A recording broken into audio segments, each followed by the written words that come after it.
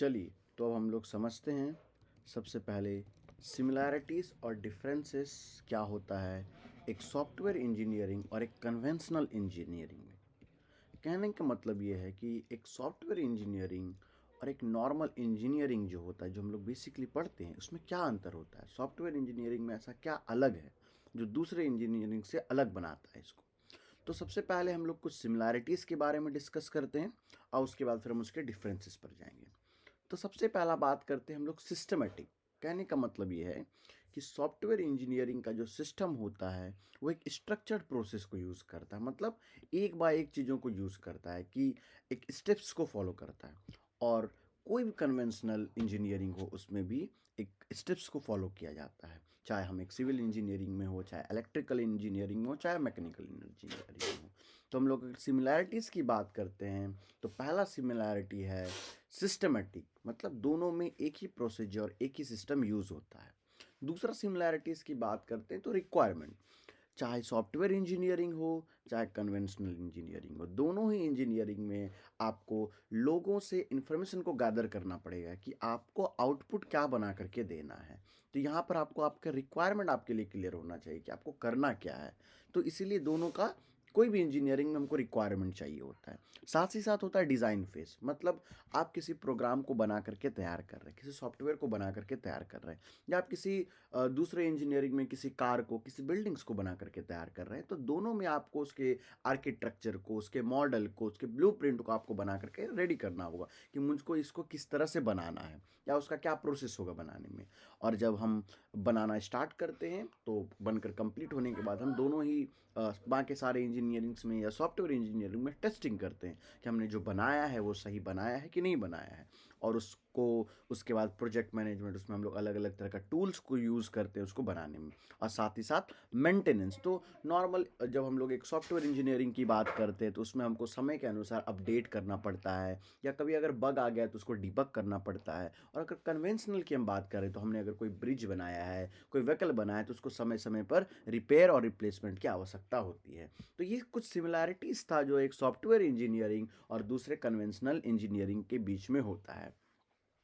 अब हम लोग स्विच करते हैं डिफरेंसेस के बारे में। तो सबसे पहला डिफरेंसेस क्या होता है, nature of product. Software engineering में जो प्रोडक्ट होता है वो इनटेंगिबल होता है। अब बात करते हैं इनटेंगिबल क्या होता है, मतलब जिसको हम लोग फिजिकली टच नहीं कर सकते हैं।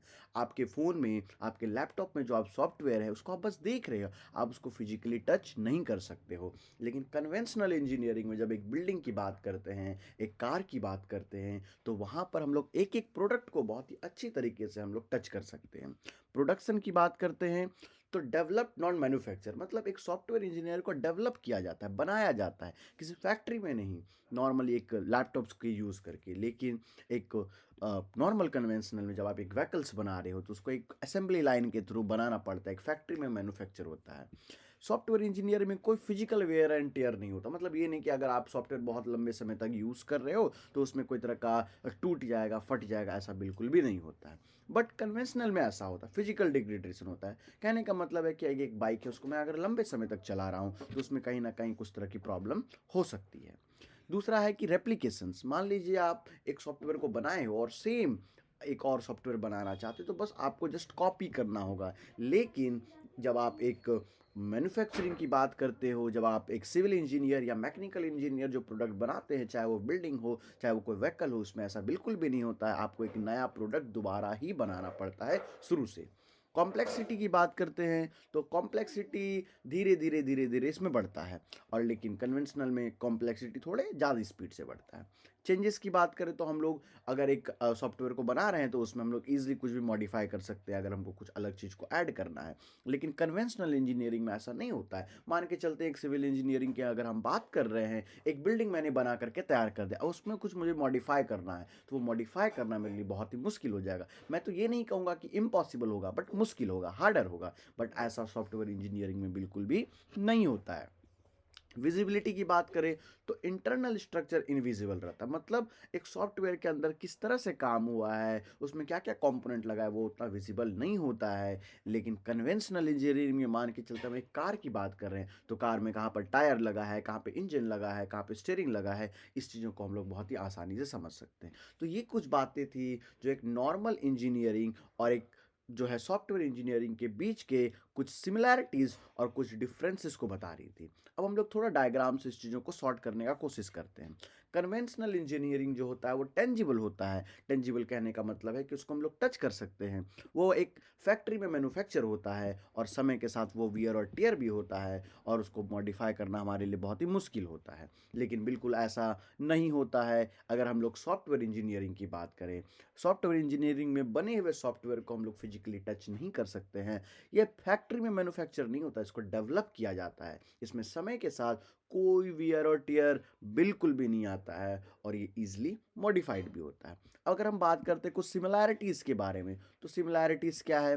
जैसे कि सिस्टमैटिक अप्रोच, दोनों में हम लोग को एक सिस्टम लगाना पड़ता है कि हमको काम किस तरह से करना है। मेरे को डिज़ाइन करना पड़ता है, टेस्ट करना पड़ता है और समय के अनुसार मेंटेन भी करना पड़ता है। और अगर अब हम लोग शॉर्ट में इस चीज़ों को अगर समराइज़ करना चाहें तो सिमिलैरिटीज़ में अगर पहला सिमिलैरिटी यही होगा कि अब उसका एक प्रॉपर स्टेप्स होता है। चाहे आप किसी भी इंजीनियरिंग की बात करें, में मुझे चीज़ों को एनालाइज़ करना पड़ता है, समझना पड़ता है कि ये काम कैसा होगा, उस काम को डिज़ाइन करना पड़ता है, उस चीज़ों को टेस्ट करना पड़ता है और फिर उसको मैनेज करके समय के साथ उसको मेंटेन करना पड़ता है। तो ये सब कुछ समानताएँ हैं, सिमिलैरिटीज़ है जो कि एक नॉर्मल सॉफ्टवेयर इंजीनियरिंग में और बाकी किसी भी इंजीनियरिंग फील्ड में।